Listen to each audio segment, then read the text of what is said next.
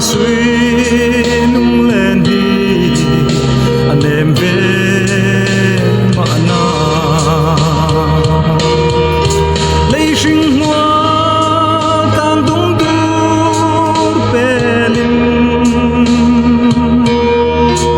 lấy nụ tiếng trong mây tê canu ame ching mit lên bác piram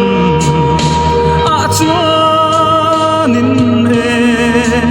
rual hlui ka then lu te ka tom le ma na va khuai ten paran tan an hlim nge an rim leng vel te chuan thôi vele ka thir ngam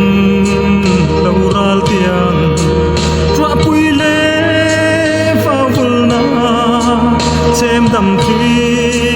aleng ve na ne man er siao siao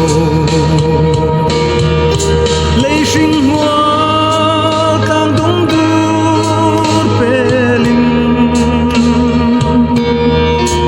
lấy nụ tiếng trong mây tê canu ame ching mit lên bác piram a chuanin e samang ka then lu po ka tong le ma na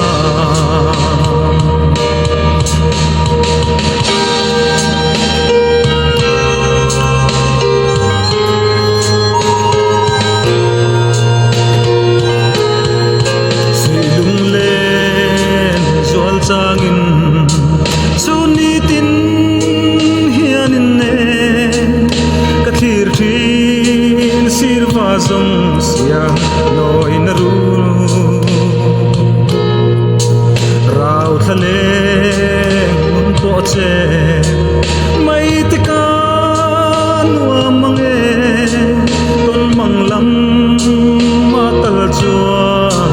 phần rồi ca nuam mange lấy sinh hoa càng đúng dur pelin lấy nụ tiếng